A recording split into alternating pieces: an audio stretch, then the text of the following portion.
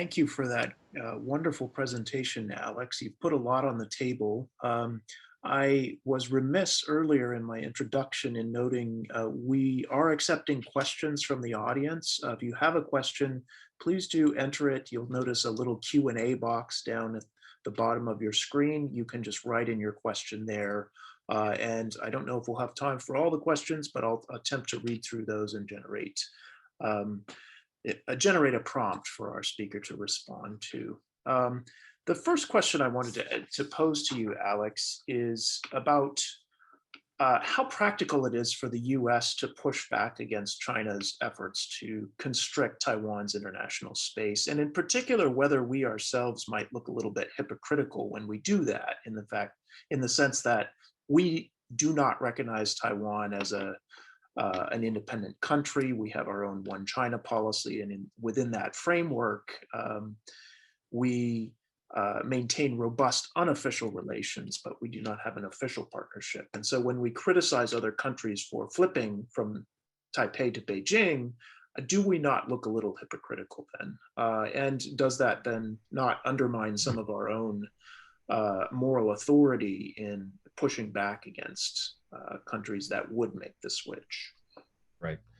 I mean, the short answer is no. I've heard this argument before in some discussion, whether it's internally in the government or just in policy circles.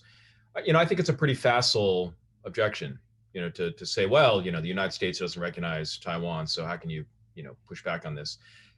I think anyone with any familiarity and with the cross-strait issues, who understands the history of the past half century of how we've come to the place we are with the Taiwan authorities where they are, and with Beijing and where we are with our U.S. One China policy, understands that the United States has played a very strong role in the Taiwan Strait, played a very strong role in the understanding we have between Beijing, Taipei, and the United States in maintaining the status quo, maintaining stability. And that requires an acknowledgement of our position that there shouldn't be any coercion, and that involves political, economic, and military coercion. So when we ask states not to bend to China's coercion, where we take measures, as I've explained, to buttress Taiwan's international space, that's not in tension with our One China policy. In fact, it is and has been for decades the U.S. One China policy. So again, I hear that, but again, I think that reflects kind of facile argumentation, lack of familiarity with the history, and in my conversations with foreign interlocutors, perhaps some have raised it, but it does not really withstand the light of scrutiny. Okay, great. I was struck by one of your recommendations that in terms of policy recommendations for the U.S. One is to promote greater expertise and understanding of how multilateral institutions work. And let me, yeah, I hope you don't find this too trolly, but let me suggest, so the Trump administration actually declared that they would pull out of the WHO rather than try to continue to engage with what they saw as a flawed organization. And so more broadly, let me take that example and blow it up a little bit. It seems to me there's two broad strategies here for the US when they're dealing with an international organization that is, in our view, has been captured by Chinese influence or is under Chinese influence. One is simply to quit and go home, or to pull out and try to create some kind of parallel or alternative institution. The other, though, is to re-engage and to kind of redouble our efforts to push back against that influence. And given that you worked in an administration that was pretty skeptical of international organizations, broadly speaking, and their susceptibility to Chinese influence and the restraints or constraints they put on U.S. influence, versus the recommendation you have here, I wonder how you come down on this issue. Is it institution by institution, or do you think, just as a blanket statement, the U.S. should redouble our efforts to be involved in these multilateral organizations? So yeah, thanks for the question. Just as a little background, I was actually nominated to take up an ambassadorial post at the UN in New York. Didn't quite get confirmed because I ran out of time, although I made it out of Senate it's all my personal situation, was not confirmed, but I take a strong interest in U.S. participation in the UN and other multilateral fora. So let me just talk a little bit about my proposal. If you spend some time in the Foreign Service, working with the Foreign Service, you'll know that there are some there are some postings that are more coveted than others. There's some career tracks that are more coveted than others. Multilateral institutions has not traditionally been one that people desire to go into. So to the extent people participate and work in it, they do it for a short time. They don't want to make it their career. Perhaps it doesn't attract the best and the brightest all the time. And in the activity within multilateral institutions, particularly the leadership elections that have been a lot of the focus of China and what's the focus of the Trump administration in a lot of our efforts to counteract their efforts to elect their favorite candidates. That's more foreign to a Foreign Service officer than being in Beijing or Hanoi or wherever. So there needs to be an effort to compensate for that, to give them the right tools so they can be as effective as they can be in that setting. And those Foreign Service officers, with prior parliamentary legislative experience, I think it worked very well in those types of bodies. Now, going back to your question regarding, U.S.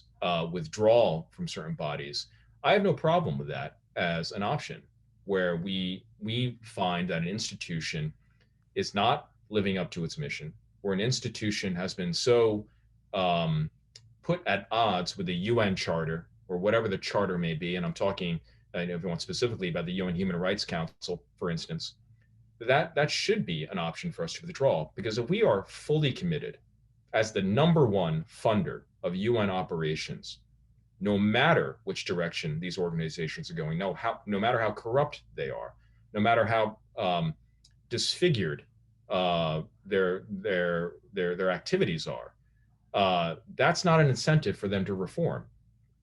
So that should be a tool. But I think that's a different question and a different issue, or at least one that is skew or separate from the issue of engaging forthrightly in the internal electoral politics of these bodies, whether it's at ICAO or WIPO or WHO, where we are ensuring that the leadership that gets elected, and it doesn't necessarily have to be U.S. leadership, that leadership is abiding by the UN Charter and is not seeking the narrow political aims of a body like the Chinese Communist Party. And that's just the electoral leadership level. There's also the issue of making sure that the international civil servants at multiple levels, who are very influential, who do a lot of the work and where the rubber hits the road, that U.S. citizens, but also citizens from countries, again, that are true international civil servants, are getting those jobs, and there's not an overrepresentation from China or other countries where their designs may not be in line with the UN Charter and the overall interests of the international community. Okay, great. We're getting a bunch of questions in now, and several of them have to do with Taiwan's access to vaccines. I imagine you had some involvement with this during your time at State in thinking about COVAX and other ways that vaccines are distributed internationally. Taiwan is part of COVAX and has received a few thousand vaccines. I believe they're up to about 500,000 now in total through that network. But other channels that they've pursued to get vaccines have not been as effective. And in particular, there's a big controversy right now in Taiwan about the possibility of getting vaccines from Chinese suppliers.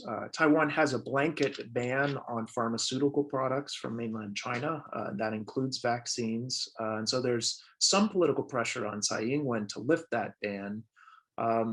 She has so far declined to do that, but she has pursued a vaccine contract with BioNTech, which is one of the manufacturers of Pfizer, which has a contract with Fosun in China to distribute that vaccine. domestically in China. The dispute, as I understand it, is about whether Taiwan is included under that contract and whether Fosun then has exclusive right to distribute to Taiwan as well as to Hong Kong and Macau and mainland China.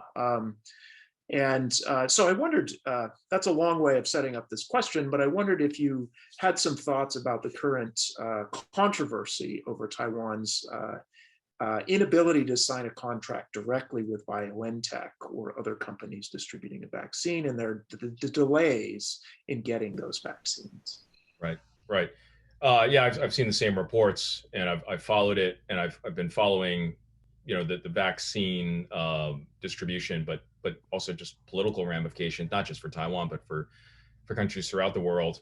It's maybe ironic is not the right word, but unfortunate and notable that some of the countries that had the best overall response to the pandemic last year, whether it be South Korea or Taiwan, that they're experiencing delays in receiving the vaccines now. So this is not a problem unique to Taiwan, and it's going to take, and I think many countries are going to do some after action reports on how this occurred. You look at a case like Israel, where Prime Minister Netanyahu, I think, made the very early decision to not just pay more to secure early supplies of, I think it's the Pfizer vaccine and the Moderna vaccine, but he also promised to share with those countries public health data, which is very robust and granular in Israel, to aid them in their own research on the effectiveness of those vaccines. So this is a very complicated issue on how the vaccine prioritization happened, how the commercial agreements have been met, as you've outlined, given I think it's the licensing agreement that Fosun has as a producer. And, the reports I've seen that indicate, and it could just, I'm not sure if it's right, that there was a specific mention of Taiwan in their contract. But I also saw that the Taiwan health minister indicated that he would like to see some paperwork or some proof of, I'm not exactly sure what it is, but he'd like to see something from Fosun. So there might be a way forward here. I'm not sure. But from the U.S. perspective, I know President Biden has talked about making, I think it's 20 million or even more vaccine doses available for distribution to countries around the world. Now, in that process, if it's anything like the process that we underwent in the Trump administration to plan out our assistance on COVID, there are a lot of factors you have to take into account there. Need, assistance, assurance that the distribution will be equitable within each country's. But one of the factors we will have to look at is need. But that doesn't mean that no vaccines could go to Taiwan. If you see in the recent summit that occurred between President Moon of South Korea and President Biden, they came out with an agreement to vaccinate South Korean servicemen and women as part of our alliance there. And a lot of people said it would have probably been an easy no for Biden to say, well, you're a developed country that has a great health system, we wouldn't want to do that. But they found a way to provide some assistance. And I think as I know there are talks ongoing with Taiwan authorities in the U.S. about this. I think there's some way we can hopefully provide appropriate levels of vaccine, even if it's not enough to vaccinate the entire population, but as a goodwill gesture. Particularly given last year, the way that Taiwan helped us in our time of need, as well as other partners around the world with PPE and other assistance on COVID. I think that's good. I think it'd be good to help out our partners and be reciprocal in that fashion. So I'm following it, but I'd like to hear more about this dispute with Fosun. But hopefully, I understand there are other contracts with other vaccine makers, and that those come online sooner rather than later for Taiwan. Can I just do a quick follow-up on that? And that is, there have been several stories about Taiwan's formal diplomatic relationship with Paraguay, which is the only country in South America that still has formal relations with Taiwan. There's some pressure on Paraguay domestically, on their leadership from domestic opponents, to switch diplomatic relations to Beijing, mostly to get access to China-produced vaccines. And so I wonder if this is another case where the US potentially could bump Paraguay up the priority list if we do have a surplus of vaccine to supply Paraguay in exchange for them not making the switch, or is that a bridge too far? Are we getting too much into kind of vaccine pressure and diplomacy? Right.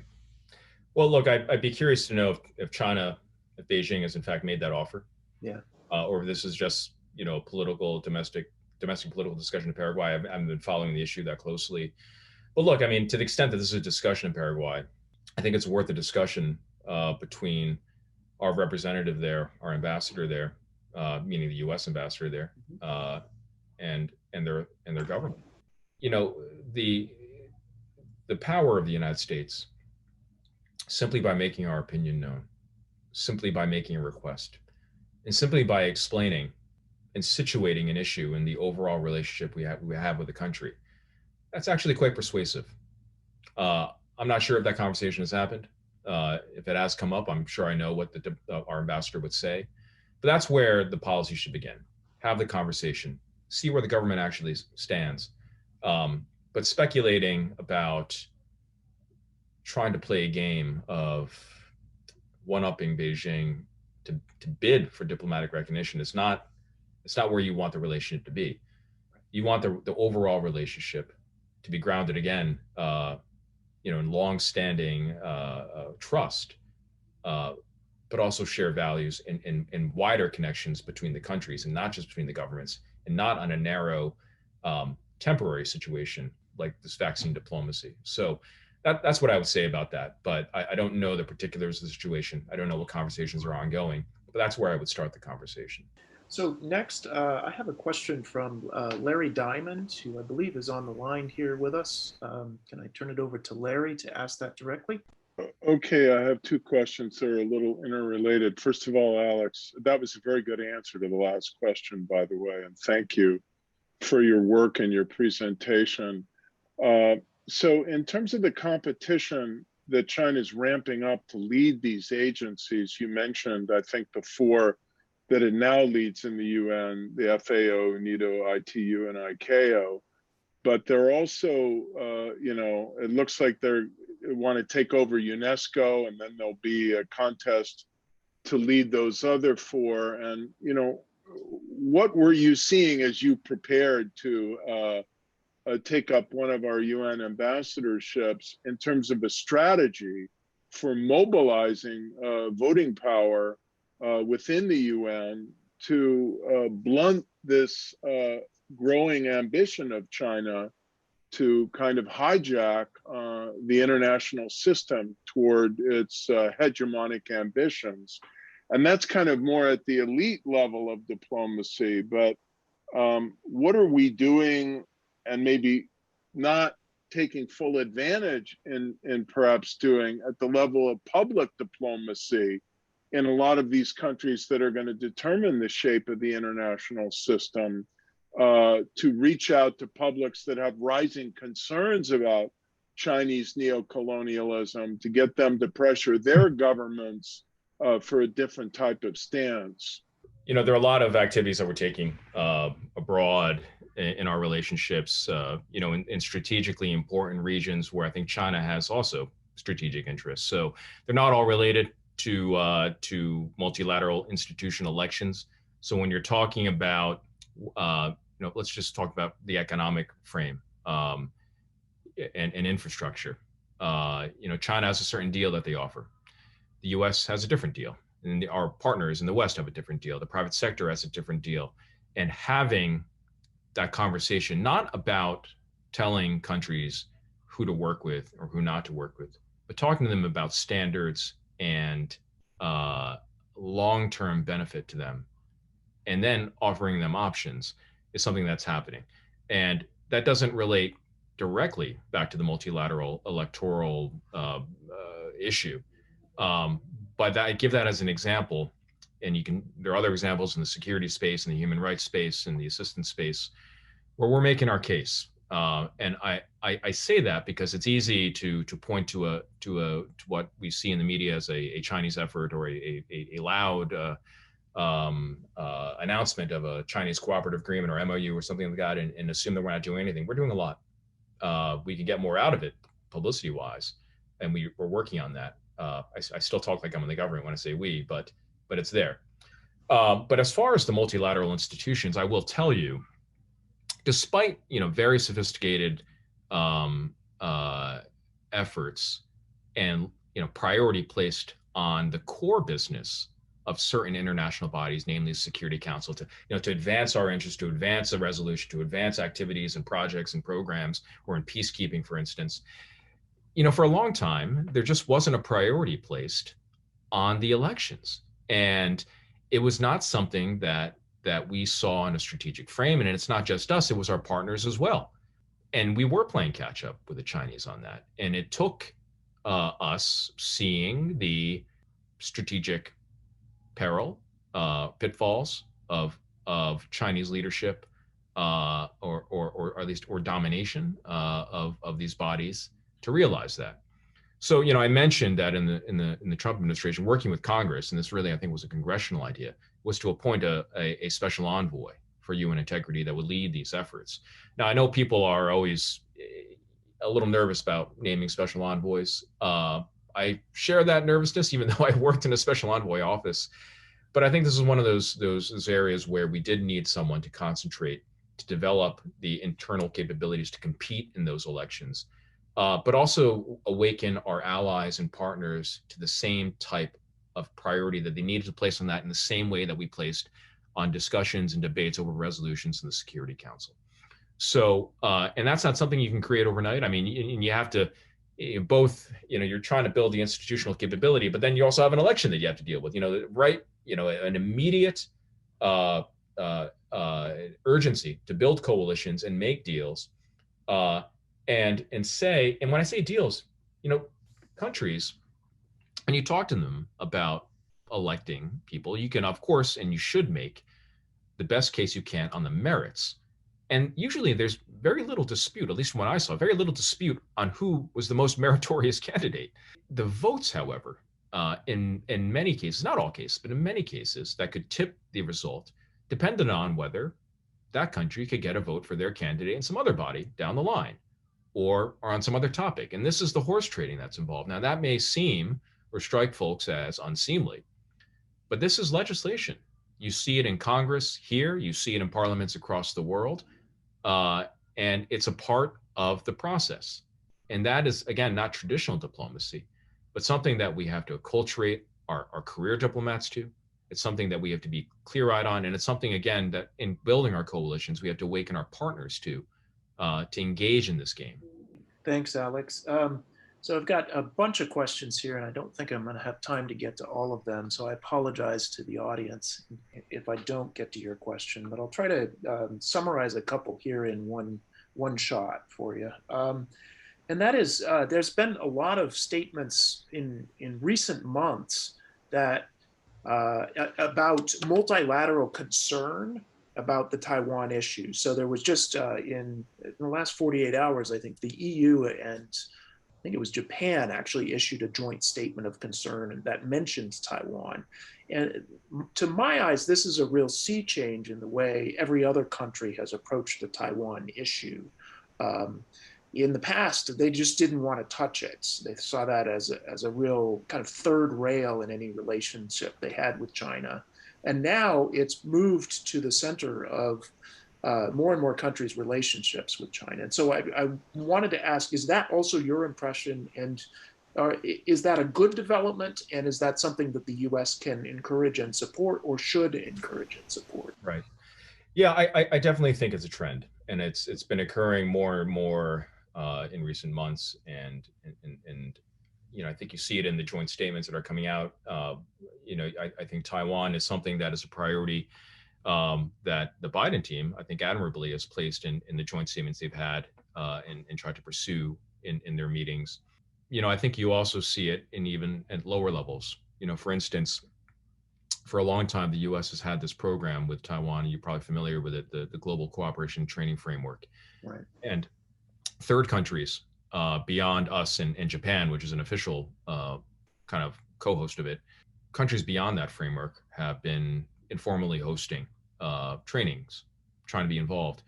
So, I think, going back to my remarks, whether they're official or unofficial relationships, deepening and broadening relationships that Taiwan has across the board with countries is good for stability. It's good for deterrence, because expanding Taiwan's international space is an expansion of deterrence, in my view.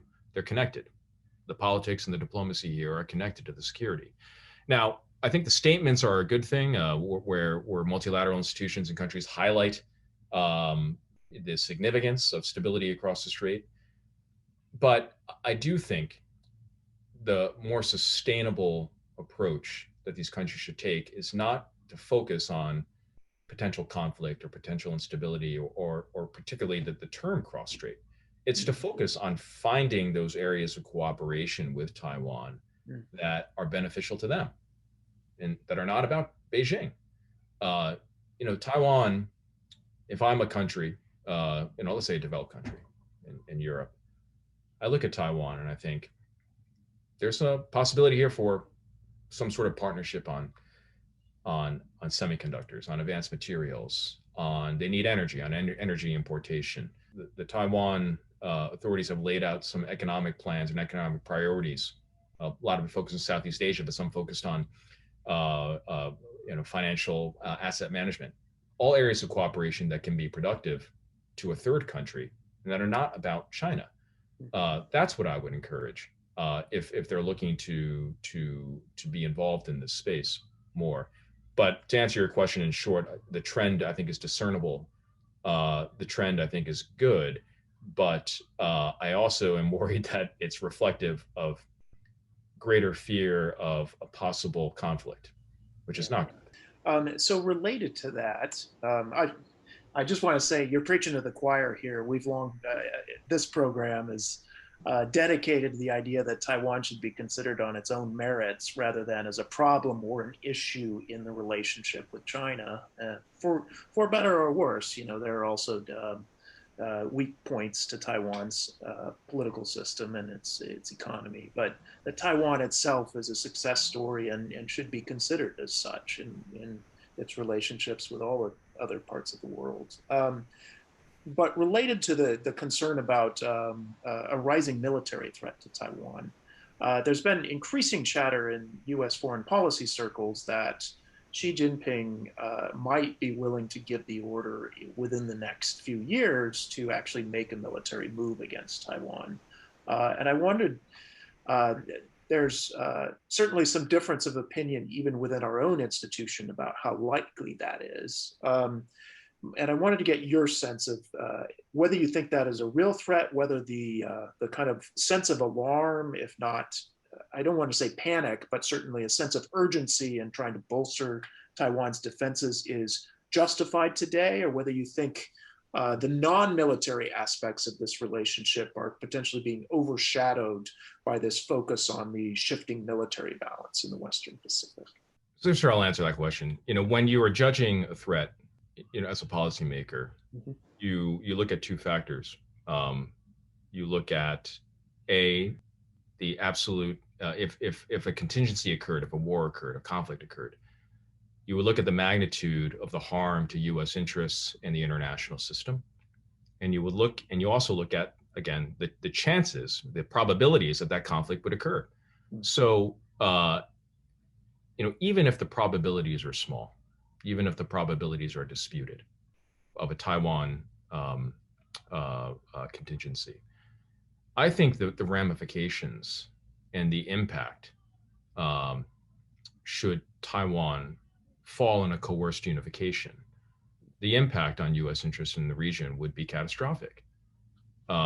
So regardless of where you put the percentage chance, whether it's 2% or 10 or 25 in the next 5, 10, 15 years, whatever it happens to be, multiplying that by the magnitude still makes it a really a considerable And I think one of the top security priorities that we have around the world, and not just in the region. In turn, the United States military and the government should prepare for that contingency, both because if we do find ourselves and we choose to enter into that contingency, we should be able to win it. But in doing that preparation, that also pushes down the probability because Xi Jinping will see that and it will deter him. So, I don't think it's that hard of a question of what we should be doing. We should be preparing for that. I mean, what's the saying? They always misattribute it to Bismarck or whoever, but the best way to preserve the peace is to prepare for war. But there's truth to that. So whether it's this situation or others, we have to do that. But I think here, judging the magnitude, and regardless of where you place the probability and in what time frame, I think that it points to a pretty obvious policy course for the U.S. from a defense standpoint. So related to that, what do you think the non-defense elements of the relationship, if anything, can do to help bolster our ability to deter coerced unification or other threats against Taiwan? Does signing a free trade agreement, for instance, have any security benefit for Taiwan? Does Taiwan's participation in the global cooperation and training framework have any security benefit for Taiwan, or are these just good things to do on their own? Well, I think the Tsai Ing-wen is understandably concerned about the economic balance that Taiwan has with the mainland. So to the extent that the diversification of Taiwan's supply chains, of its capital flows, of its market, consumer markets, the diversification of that, with what is still, in some measures, the largest economy in the world in us, is a good thing. And if you expand that out to Southeast Asia, which he's trying to do concertedly with other partners around the world, that bolsters Taiwan against the coercive policy of Beijing, whether it's military or not. That again is not in line with U.S. interests. So I do think it has an effect. But as I said in my remarks, if the U.S. can conclude that agreement or an agreement with Taiwan, one again that's in our economic interest, we're not simply doing this out of charity. That opens the way to similar agreements between Taiwan and other countries in the region. And again, diversifying, bolstering, and embedding Taiwan in what I like to call the free and open fabric of the region. All right. So we've got 1 minute left, and I just want to throw this last question at you. We've talked a lot about U.S. policy and what we can do to try to bolster Taiwan's security and its economic prosperity. What can Taiwan do to help their own case with the U.S. and with the other countries in the region that favor closer relations with Taiwan? And with regard to the U.S., I mean, I'm not sure if this exactly gets at your question, but look, I think the chief thing they can do is to focus more on their own defense, to focus more on the resiliency of their population in case of a contingency. We can't be in a situation where the United States takes the defense of Taiwan or the possibility of defending Taiwan in a contingency more than the Taiwan people do. So that's what I would say. And that's not simply a matter of defense spending and doctrine, although I think it is largely that. There is a cultural and political and wider discussion that has to happen, and maybe it's happening now in Taiwan on this. If you look at, I've spent a lot of time in South Korea. I've spent a lot of time in Israel, in places that are under siege, in places where there's the possibility of waking up and being involved in a fight for your life and the life of where you live. That's inculcated from a very young age, and their responsibilities and duties of those people that they take on, and each and every one of them.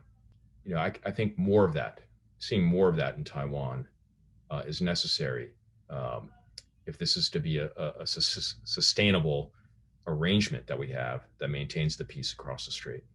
Well said. Thank you, Alex, for that tour de force We're really glad to have you join us today, and really appreciate your speaking on during this important week. Again, we wish the folks in Taiwan well. Jiayou, we hope you get through this hard period. And we hope to have some of you join us in person starting this fall, once we'll shift back to in-person events. This is our last event, as I noted, of the speaker series for the Project on Taiwan in the Indo-Pacific region at the Hoover Institution. Do stay tuned. We will have an announcement about our fall lineup in the not too distant future, and I hope you'll be able to join us for many of those events as well. I'm Karas Templeman, and this has been the Project on Taiwan in the Indo-Pacific speaker series. We've been speaking with Alex Wong. Thanks everyone, and good morning, good afternoon, or good night, wherever you may be.